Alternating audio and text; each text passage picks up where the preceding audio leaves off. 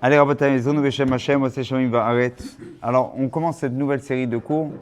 Bon, le mardi soir, on avait commencé déjà à faire toujours, on a parlé de l'histoire. On avait déjà fait, sur les 2 années, Baruch Hashem, on a eu la chance de faire toute l'histoire, on va dire, une grande partie en tout cas, de manière assez superficielle, sur l'histoire tout simplement de la nation juive, depuis Moshe Rabbeinu avec Yehoshua, et jusqu'à l'ère contemporaine, avec le livre qu'on avait fait du Rav Ken Spiro.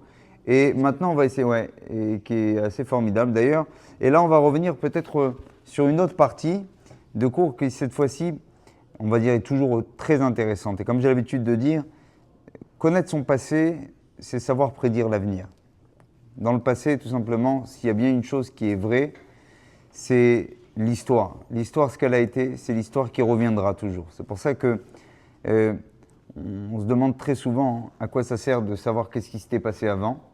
Mais en fait, quand on apprend véritablement ce qui s'était passé avant, c'est qu'on est capable aussi, Bezrat Hashem, de prédire l'avenir, même grâce à cela.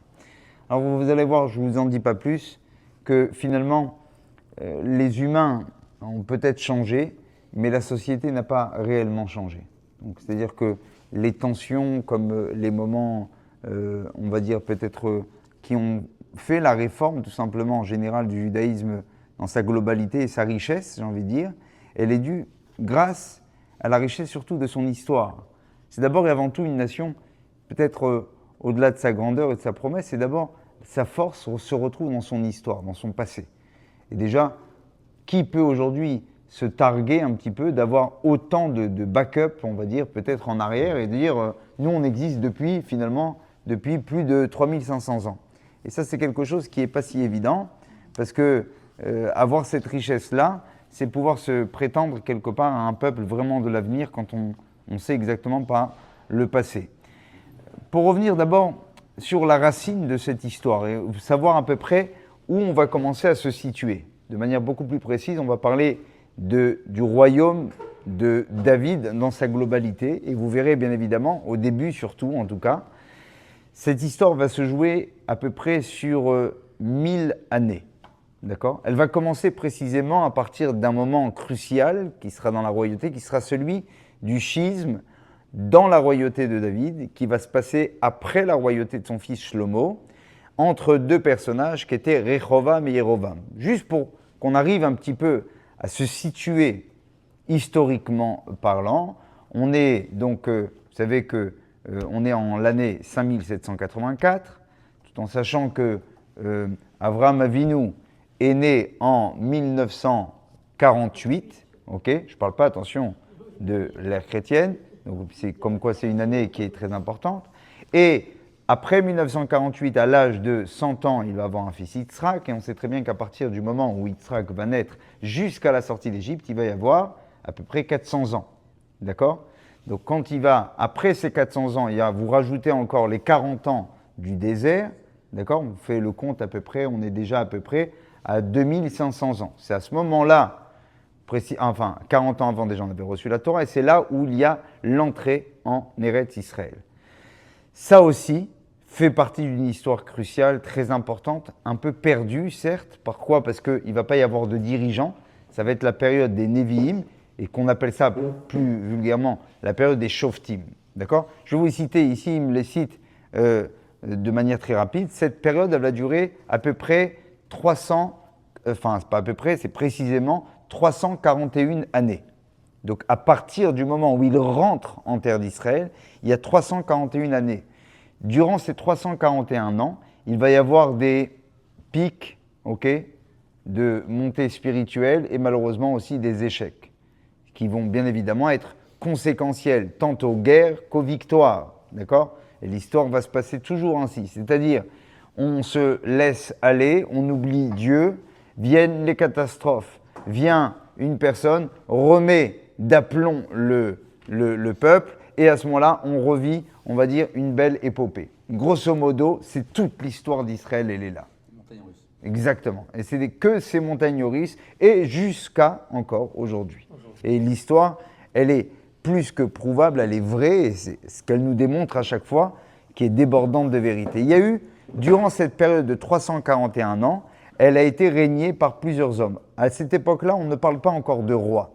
À l'époque, depuis que Yehoshua fait rentrer les Bnei Israël en Eretz Israël, donc à la fin, à l'issue du livre du Deutéronome, du Devarim, là on rentre dans une période de Shoftim, des juges, qui va durer 341 ans, qui va être régnée essentiellement par plusieurs qui vont être à la fois prophètes et aussi des juges. C'est Athaniel ben Kenaz, Ehud ben Gera, Shamgar ben Anat, Dévorah, la fameuse femme prophétesse Déborah Nevia, Gidon ben Yoash, l'histoire des 300 soldats, Avimelech ben Gidon, Tola ben Pua, Yair Agiladi, Iftach Agiladi, Avtsan, Ilan Azvuloni, Avdun ben Hillel, Shimshon, fameux Samson, ben Manoach, Eli à Cohen et Shmuel à Navi. Je finis cette période puisque à partir de Shmuel à Navi, à partir du prophète Samuel, c'est là où on va changer d'air. Pourquoi ? Parce que les Bnei Israël vont demander cette fois-ci à appliquer la période des rois, c'est-à-dire de se mettre un roi. D'accord ? On passe par des périodes qui sont très difficiles. On veut cette fois-ci réunir, on veut tenter de fédérer le peuple et on sait qu'il n'y a qu'un roi à travers la monarchie qui va pouvoir véritablement mettre en exergue véritablement un État d'Israël, si on veut dire. Et là, à ce moment-là, vous connaissez l'histoire, le premier roi qui est choisi à cet effet, les gens pensent très souvent que c'est David, alors que non, avant David Améler, il y a d'abord un premier roi, c'est qui ? C'est Shaoul. D'accord ? Mais voilà que Shaoul, malheureusement, va ne pas on va dire, les choses ne vont pas se passer comme elles étaient prévues, à travers une guerre contre la Malécite dans laquelle il va avoir pitié et ne pas écouter la parole de Dieu, et par la suite, il va être déchu de sa place, déchu de son trône, pour passer cette fois-ci la royauté à David Améler. D'accord ? Et nous, on va rentrer dans l'histoire. Donc, une fois que David Améler va régner, par la suite, à l'âge de 70 ans, David part de ce monde en laissant un enfant qui avait quel âge ? 13 ans, exactement. Le roi Salomon, qui a 13 ans, reprend le trône de son père. C'est lui qui prend la royauté d'Israël. Et là, à ce moment-là, une fois que Shlomo HaMelech prend le trône, et c'est là où les choses vont commencer un petit peu à mal se passer. Et je vous projette directement donc dans cette partie du Tanakh, qui est la partie des Melachim. Donc on a d'abord les Nevi'im, et ensuite dans les Nevi'im, si vous voulez, dans la partie du Nach, il y a aussi la partie des rois. D'accord ? Et c'est précisément là où on va commencer l'histoire. Jusqu'où elle va aller l'histoire ? Elle va aller, en tout cas celle qu'on va décrire à travers la série de ces cours-là, ça sera donc depuis la mort du roi Salomon et jusqu'à la destruction du second temple. Autant vous dire qu'on est à peu près, ça fera ce qu'on appelle l'époque d'un millénaire, plus ou moins.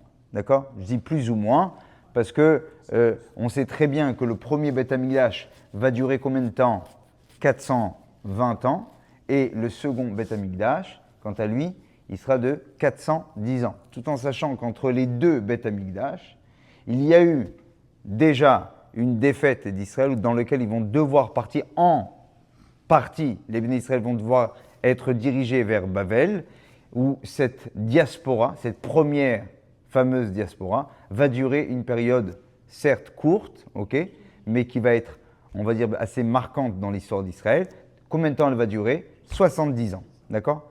Et on retournera justement à l'issue de l'histoire d'Esther en Israël, pour cette fois-ci avoir ce qu'on appelle la nouvelle réforme judaïque qui était faite par celle de Ezra et Néhémie, dont on aura le temps, Bezrat Hashem, d'en parler assez longuement et profondément.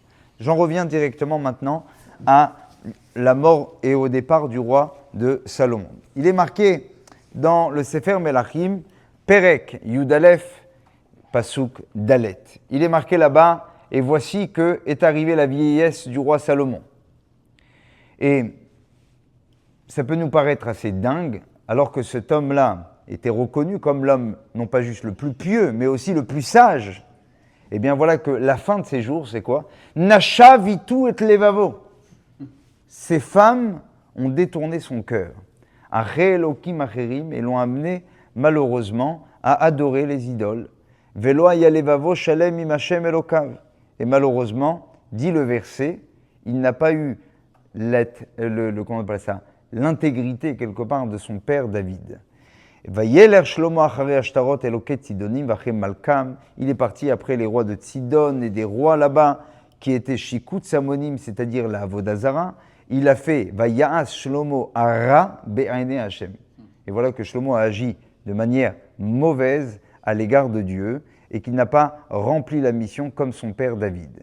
Az Yivne Shlomo Bama. Shlomo va même créer un autel, A-U-T-E-L, pour faire de la Avodazara. Imaginez-vous jusqu'où c'est allé. Ok. Shikutz Moav Be'ar Asher Alpene Yerushalayim, dans les montagnes de Asher qui sont sur la surface de Jérusalem. Vela Molech, et pour aussi la Avodazara de Molech à l'époque, qui était adorée par les enfants de Ammon. Vechen Asa, et il en a fait tant qui était au nombre de ses femmes. D'accord? Les Chol Nashav Anochiyot Maktirot ou Misbechot Lelohen. Pour ces femmes, eh bien, il s'est adonné littéralement à cette Avodazara. Vaitanev Hashem Bashlomo Kinata Levavo Meim Hashem Elokei Israël Anira Elav Peamim Vetziva Ladavar Haze Lebilti Lechet Elokim Achirim Velo Shamar Et Asher Tziva Hashem. N'ayant pas su préserver les ordres de Dieu. Vayomer Hashem Lishlomo. C'est alors que Hashem dit à Salomon, puisque tu as fait ça et que tu n'as pas su garder mes lois, mon alliance que je t'avais ordonnée, alors ainsi, Karoa Ekra, je déchirerai, eh bien, le gouvernement, on va dire ta mamlacha, cette royauté sur toi, et je vais la donner dans les mains de ton serviteur. Arbeya Mechaloe Sena. Mais je ne le ferai pas tant que tu es encore en vie, ok? Pour, il lui dit, les Ma'an David Avicha, pour le respect de ton père David.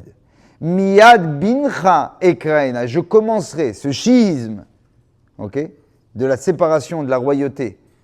Et attention, ce n'est pas juste une séparation de royauté, c'est une séparation tout simplement de vision politique, même sur la nation juive, entre l'Israël du Nord, ok, qu'on appellera beaucoup plus tard la Galilée, et la Judée, d'accord, qui va être un royaume complètement séparé en deux. Rak et kol hamamlacha lo ekarea, Sheved echad eten lebincha, je donnerai une tribu à ton fils, Leman David Avdi, c'est-à-dire que je ne vais pas enlever complètement ta royauté à toi, Ulman Yerushalem Ashabacharti, et pour Yerushalem dont j'ai choisi. Donc c'est-à-dire que déjà il lui annonce la couleur, après que tu mourras, ton fils, eh ben, malheureusement, subira une séparation dans le peuple juif, auquel lui, sa royauté continuera, okay, je ne l'enlèverai pas, mais elle sera en grande partie déchirée par d'autres personnes.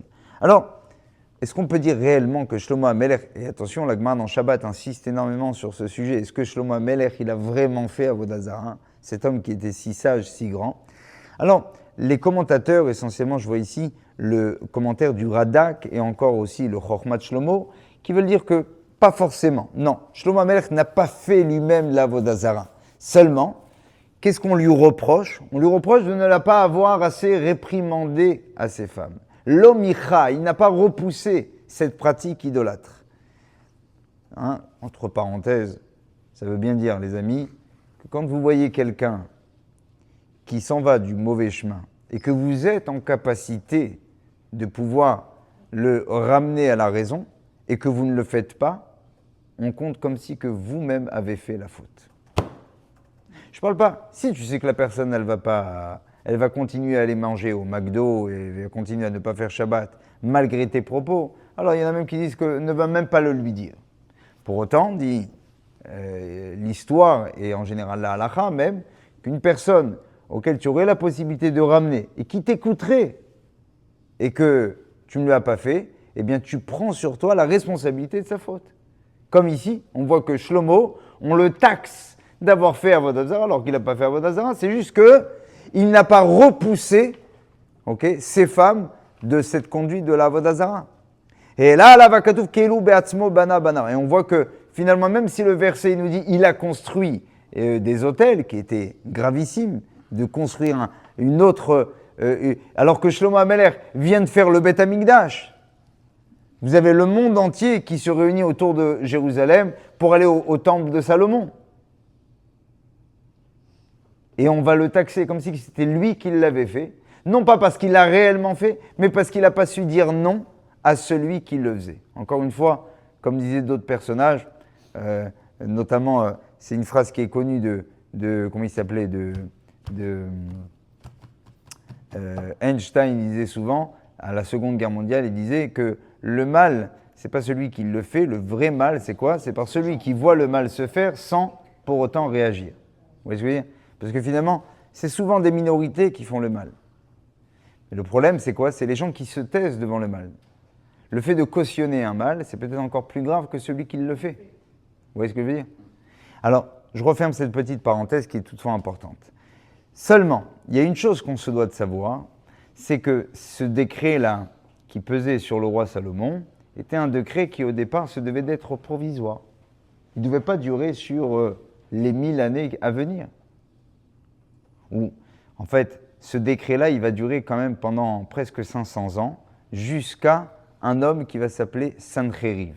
Sancheriv, c'était le roi de Achour, on en parlera plus tard, qui lui dégagera littéralement la majorité de la nation d'Israël et jusqu'à aujourd'hui complètement perdu de l'histoire juive. C'est quand même dingue. C'est-à-dire que ce qu'on est en train de dire là, c'est le début de la fin de la nation juive dans sa majorité. Ce qu'on nous sommes aujourd'hui voudrait dire qu'en fait on fait partie des 2 dernières tribus qui étaient empiétées sur le terrain de Jérusalem, c'est-à-dire la tribu de Yehuda et celle de Binyamin. Donc très souvent, évidemment, il y a les Kohanim dedans qui font partie de la tribu des Lévis, c'est sûr, qui eux, on le sait rien que par leur nom de famille, mais sinon les autres juifs, d'accord, les Ben Soussan, les Ben Ishou, les Ben Shimol, les Weiss et les Rabinovitch, ok, ne sont que ce qu'on appelle le restant, si vous voulez, de Yehuda et Binyamin. Mais les 11 autres tribus, ok, elles vont être totalement effacées de la carte, et j'ai envie de dire même de l'histoire, à partir de ça. C'est quand même dingue. Donc on vit un moment qui est gravissime dans l'histoire. Il y a 2 tribus qui ont été quand même récupérées. Après, aujourd'hui, on voit certaines tribus qui reviennent avec des coutumes qui sont très très proches et très similaires, auxquelles seulement lorsque le Mashiach viendra, il sera à même de lui dire « Toi, tu viens effectivement de telle et telle tribu, et ainsi de suite. » D'accord? Et on verra d'ailleurs, comme on avait vu dans la Gemara, vous vous rappelez, on avait vu, je crois que c'était dans le traité de Kiddushin, qu'à un moment donné, le Mashiach viendra et pourra pointer du doigt toi, tu es un vrai Cohen, toi, tu es un mytho Cohen, toi, tu es une marque déposée, toi, tu vois ce que je veux dire? Toi, tu es du surfait, et ainsi de suite. D'accord? Quoi qu'il en soit, pour vous dire qu'au départ, cette période se devait d'être calculée sur un peu, on va dire, 36 ans uniquement. Sur 36 ans, ça devait se durer. Et voilà que, à l'issue d'une des guerres entre le royaume d'Israël et le royaume de Yehuda, okay, va se passer une chose terrible avec le roi Assa, qui est un des descendants de Rehovam dont on va parler. Eh bien, lui, malheureusement, va empêcher la possibilité que, véritablement, il y ait une réunification des royautés, mais le chiisme va durer jusqu'à la perte des 3/4 d'Israël, c'est-à-dire avec Sancheriv. Juste encore quelques minutes, on finit là, avec ce que aussi raconte l'histoire. Chez Kilkel Assa Bemilchamto, alors ça, on le verra un peu plus tard. Juste, on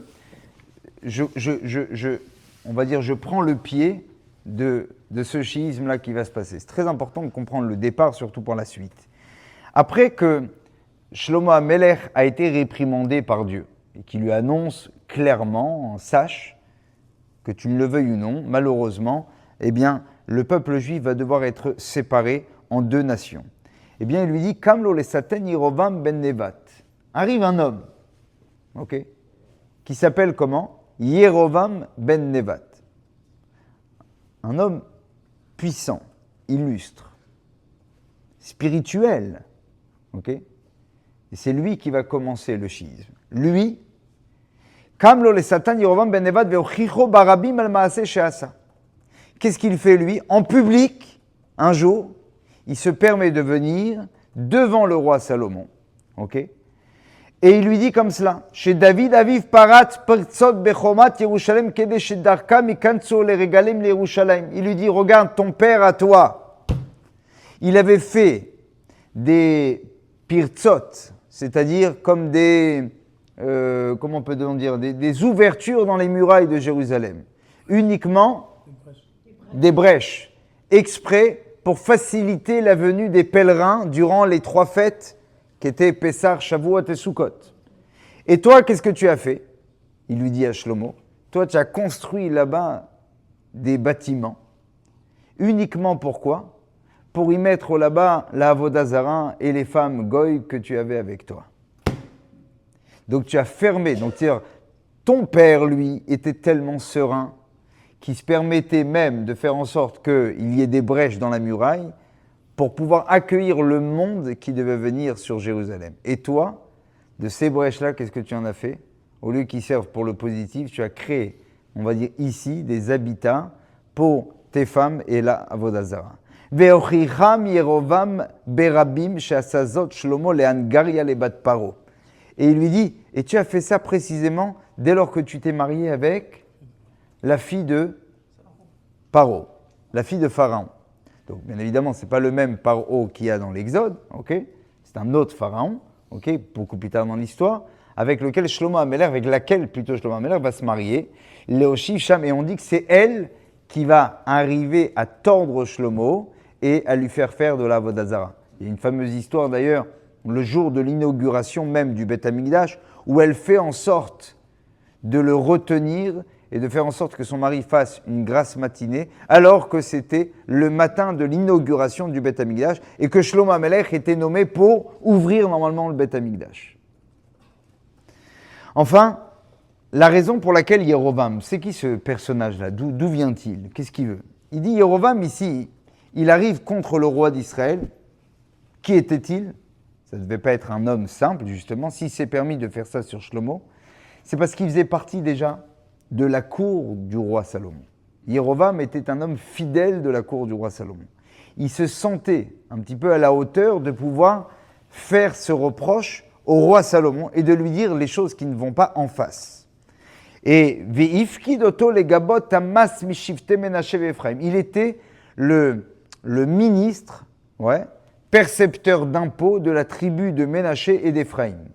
Valiédé Ma'alazou, étant donné qu'il avait déjà un poste à haute fonctionnalité, c'est la raison pour laquelle il s'est permis de faire quelque peu ce reproche qui était complètement déplacé à l'égard du roi Salomon. Une autre chose nous raconte l'histoire, qui était vue ailleurs dans des commentateurs, la raison pour laquelle Yerovam ben Nevat, cet homme-là dont on va parler la prochaine fois, Be'ezrat Hashem, cet homme-là, Yerovam ben Nevat, on dit que une des raisons pour laquelle il va se retrouver à être le rebelle de l'histoire, puisque c'est lui qui va créer ce schisme, contre le fils du roi de Salomon. Comment s'appelait le fils du roi de Salomon? Salomon? Non, le fils. Ah, le fils. Le fils s'appelait Rehovam. D'accord? Et Yerovam va être littéralement son compétiteur. C'est lui qui va former le schisme. Alors, ça va se passer à travers une fameuse histoire. On ne va pas avoir le temps maintenant de le faire. Je vais finir juste avec ça. C'est vous dire qu'à l'issue, une fois que Yerovam, à un moment donné, se voit forcé de sortir de Jérusalem. Beaucoup de commentateurs essaient de comprendre pourquoi Yerovam, qui cette personne était un haut fonctionnaire du gouvernement, pourquoi il a eu besoin de sortir d'Israël? Parce qu'il s'est senti menacé après la honte qu'il avait fait au roi Salomon. Et c'est pour ça que lui, qu'est-ce qu'il fait? Il s'en va et il décide de partir où ça? En Égypte. Parce qu'il sait très bien que ce gars-là, maintenant, il est wanted, mort ou vif. Et il sait très bien que tant que le roi Salomon est là, il ne pourra surtout pas être de manière sécurisée. Et c'est pour ça que Pagashoto, il fait la rencontre au moment où il sort de Jérusalem d'un homme qui s'appelait Achia Hashiloni, et qui était un prophète reconnu de l'époque du roi Salomon. Vekara et Simlato leshnem asar kraim. Et à sa rencontre, qu'est-ce que fait le prophète? Il déchire l'habit qu'il a en 12 morceaux. Et il va lui demander, Vetsiva alav sheikar hasara kraim. Il va lui dire, tiens, je te donne 10 morceaux de mon habit, et je viens t'annoncer que ainsi a dit Dieu d'Israël. Donc le prophète lui dit, voilà moi ce que j'ai vu. Toi, Jérovam, qui maintenant s'en va parce que tu es recherché, mort ou vif, je viens t'annoncer. Ineni koret amamlacha miyad shelomo. Je viens de déchirer la Bible pour toi parce que la royauté de Salomon, elle aussi, va être déchirée.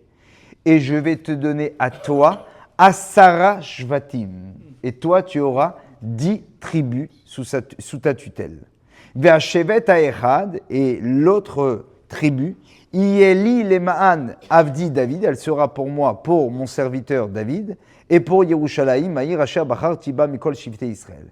Ve'otra ekach, et c'est à toi que je prendrai, ou malarta bechol asher te'ave nafshecha, et tu régneras de la manière dont tu désireras. Rappelez-vous de ce terme qui est très important. Ve'aïta melech al Israël, et tu seras désormais le roi d'Israël. Im tishma et kol asher atzaveka, et si tu écoutes tout ce que je t'ordonne, et que tu vas d'une manière yachar, d'une manière droite à mes yeux, afin de préserver mes lois, mes mitzvot, comme l'a fait David, alors ve'aïti imecha, je serai avec toi, ou vaniti lecha bait neeman kasher baniti le David. Regardez ce que le prophète lui dit, que Dieu le lui dit. Il dit, Dieu m'a dit comme quoi si tu prends, toi la royauté des 10 tribus, et que tu agis comme un bon soldat, je construirai un temple, c'est très important pour la suite de l'histoire, je construirai pour toi ce que j'ai construit pour David. She'eten lecha velivnecha melucha, je donnerai à toi et à tes enfants les méchers pour une durée de 36 ans, ok. Toi, je le donnerai 33 ans, ok. 33 ans qui équivaut aux 33 ans du règne de David, et encore 3 ans de royauté, je donnerai à ton fils Nadav, ok, vis-à-vis des 3 années du règne du roi Salomon.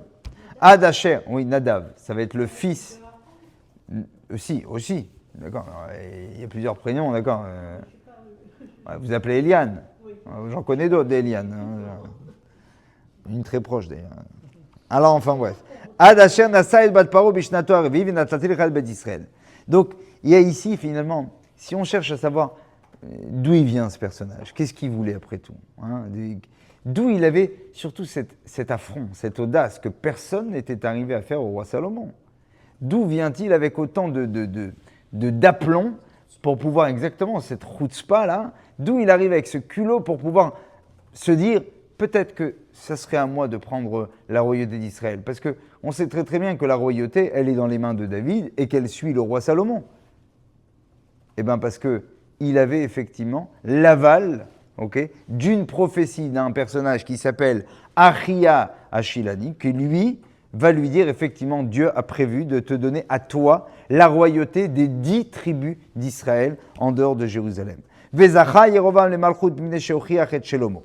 Regardez bien, et ça c'est, je finis sur cette touche-là, on étudiera la suite dans le prochain cours, on va être attaché, mais ce qui est magnifique dedans, et c'est toujours ça le moussard, regardez bien, dans la vie d'un homme, une action peut l'amener à la fois à sa perte, mais à la fois lui donner tout son mérite. Pourquoi ? Parce qu'on dit, pourquoi ce Jérovam-là, qu'est-ce qu'il avait comme mérite spécialement ?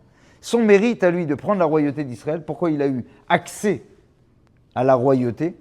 Tout simplement parce que c'est le seul qui a su réprimander le roi Salomon.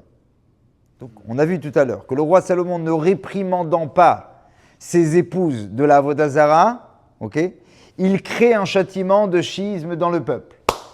Et de l'autre côté, on voit que celui qui sait réprimander même le roi d'Israël, lui mérite à la royauté. Ça laisse entendre qu'on a une responsabilité énorme vis-à-vis de ceux qui nous entourent. On ne peut pas dire, écoute, moi je fais ma vie, tu veux voter pour ce que tu veux croire en ce que tu veux faire ce que tu veux. Non, j'ai une responsabilité. Et cette responsabilité, elle va jusqu'à même me toucher à moi, personnellement, dans ma vie privée, dans mon destin à moi. Pourquoi ? Parce que si je suis en mesure de faire éviter à ce qu'une avéra puisse se faire, eh bien, et je ne le fais pas, eh bien, d'un côté, ça m'est taxé comme si c'était moi qui avais fait la faute. Et au contraire, j'ai un mérite énorme qui m'advient, dans lequel cas où j'arrive justement à réprimander la personne. Et c'est la raison pour laquelle il a eu ce mérite, Jéroboam, de prendre la royauté d'Israël, parce qu'il va carrément avoir l'audace de réprimander le roi Salomon. Ah, alors vous allez me dire aussi, et pourquoi il va fuir en Égypte? Ok? Bien parce que quelque part, même s'il l'a fait, ça manquait un peu sous le côté de la forme. Sous le côté de la forme, il y a quelque chose qui a manqué, c'est qu'il a fait honte au roi Salomon de manière en public. C'est-à-dire que même si on te demande, on exige de toi de savoir réprimander l'autre, pour autant, ça ne te fait en aucun cas l'économie de la forme qui, elle, se doit d'être respectueuse et discrète pour autant. Be'ezrat Hashem, à partir du prochain cours, on prendra Be'ezrat Hashem la suite, cette fois-ci de Rehovam, d'accord? Comment va se passer de manière beaucoup plus pratique cette fois-ci, ce schisme-là, entre le fils du roi Salomon, Rehovam, et entre son compétiteur, Yerovam ben Nevat. Chazak ou Baruch.